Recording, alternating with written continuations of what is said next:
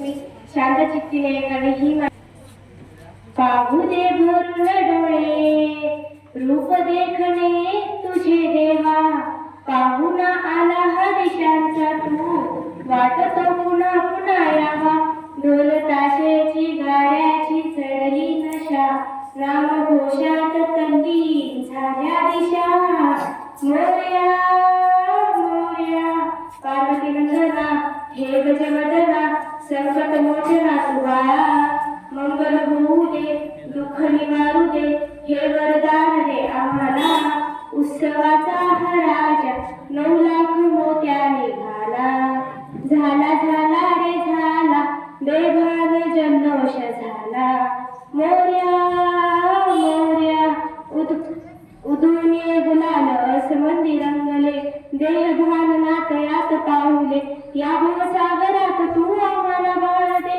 ही माऊली तुझीच देईले करे बाप बंध तू आमचा सका निरोप देई तुला देऊ तरी कसा मोरया उत्सवाचा हा राजा 9 लाख मोत्याने झाला रे झाला बेभान जल्लोष झाला मोरया मोरया हे गणनायका जानवान दे आम्ही चरणाशी तुझ्याच दीनवान दे आम्ही हे गणनायका जानवान दे आम्ही चरणाशी तुझ्याच दीनवान दे आम्ही उधळी टाक पाप सारे दुःख यादना अंतरात या तुझी माऊली मोरया उत्सवाचा हा राजा 9 लाख मोत्याने झाला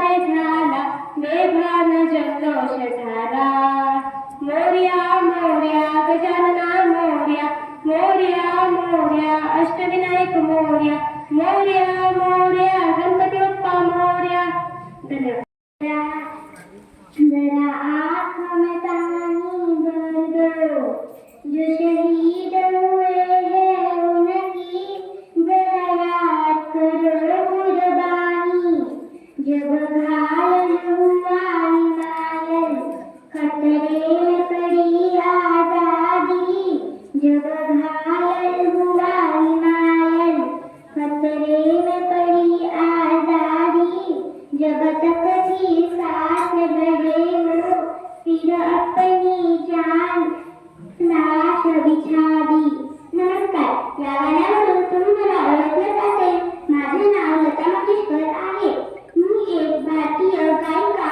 आणि संगीतकार आहे लता मंगेशकर म्हणून माझा जन्म 28 सप्टेंबर 1929 रोजी झाला माझा जन्म मध्य प्रदेशातील इंदोर या शहरात झाला मला संगीताचे पहिले धडे माझ्या वडिलांकडून मिळाले वयाच्या 5व्या वर्षी माझ्या कामाची सुरुवात झाली माझे बालपण हे सांगलीत गेले धन्यवाद इतिहासाला सुरुवात झाली या इतिहासाचे अनेक कालखंडात विभाजन झाले आणि ही परंपरा आज काळात सुद्धा चालवली तर अशा यांना चिमुकल्या वारकऱ्यांसाठी सर्वांनी जोरदार टाळ्या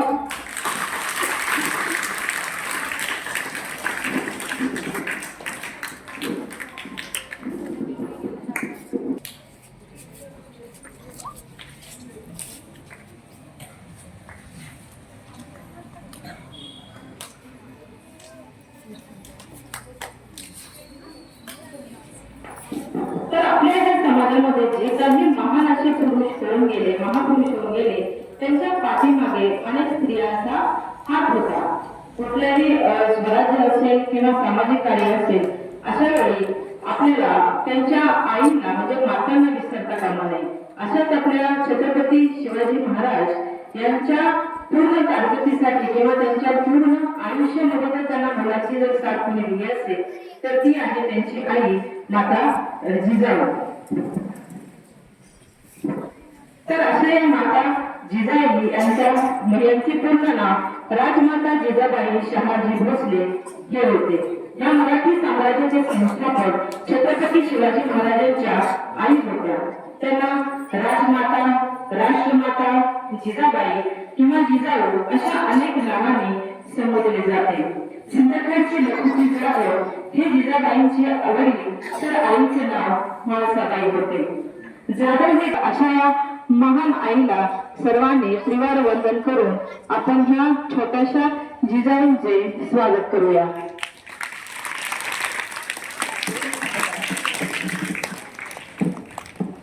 सांगितलं की प्रत्येक यशस्वी पुरुषामागे स्त्री असते.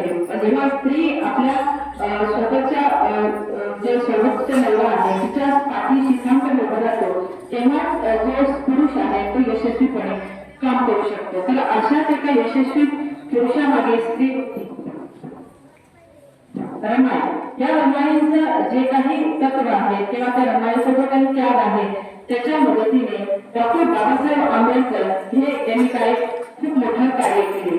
तर अशा या डॉक्टर बाबासाहेब आंबेडकर त्यांचे पूर्ण नाव भीमराव रामजी आंबेडकर होते. ते भारतीय न्यायशास्त्रज्ञ, अर्थशास्त्रज्ञ, राजकारणी, तत्वज्ञ आणि समाज सुधारक होते.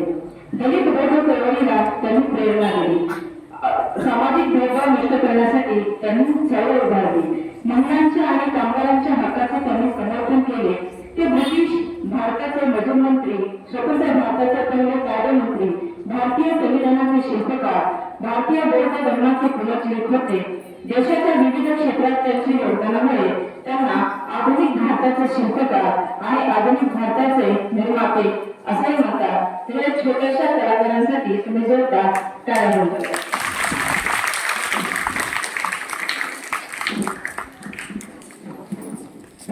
आज आपण जरी यशस्वीतेच्या शिखरावर जरी असलो तरी त्याची पहिला पाया ज्या महान स्त्रीने घातला ती स्त्री म्हणजे सावित्रीबाई फुले. त्यावेळेसच्या अनेक कट्टर अशा सर्व लोकांचा विरोध करून सामाजिक पूर्ण अन्याय सहन करून ज्यांनी शाळा मुलींसाठी जी पहिली शाळा सुरू केली अशा थोर शिक्षिका म्हणजे सावित्रीबाई फुले.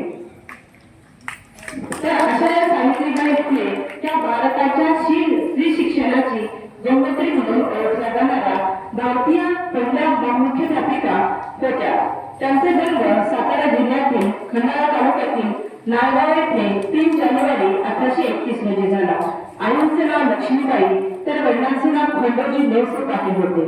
त्यांचे वडील गावचे पाटील होते. स्त्री स्वातंत्र्य औषधाने नसलेल्या समाजात अशा या सावित्रीबाईंचा जन्म झाला आणि ह्या सावित्रीबाईने त्यांचे पती ज्योतिबा फुले यांच्या मदतीने मुलींसाठी पुण्यामध्ये पहिली शाळा सुरू केली. अशा या महान शिक्षिकेला तुम्ही सर्वांनी टाळ्या वाजवून दाद द्यावी. 13व्या शतकात ही परंपरा घराण्यातील कंदरीच्या वारीची परंपरा होती. ज्ञानदेव आणि भागवत धर्माची कथा त्याच काही साऱ्यांचे आज आपण इतर संस्कृतीच्या रूपाने मार्गदर्शन आणि दर्शन करणार आहोत. तर मी ज्या विद्यार्थ्यांनी साडी परिधान केलेली आहे त्यांनी समोर या.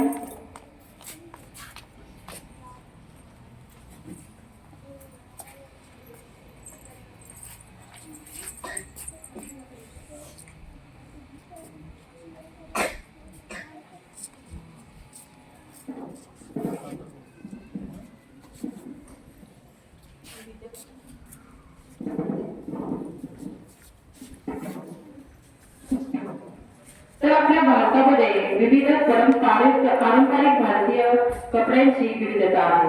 जर तुम्ही दाक्षिणात्य भागामध्ये गेला तर तुम्हाला दाक्षिणात्य साडी पाहायला मिळेल. त्याच पद्धतीनं साड्यांचा एक लेहंगा असेल. त्याच्यानंतर राजस्थान आणि गुजरातसारख्या भागामध्ये गेला तर तुम्हाला अनेक पद्धतीचे साड्यांचे प्रकार तुम्हाला पाहायला मिळतील. जसं तुम्ही इथे पाहत आहात जसं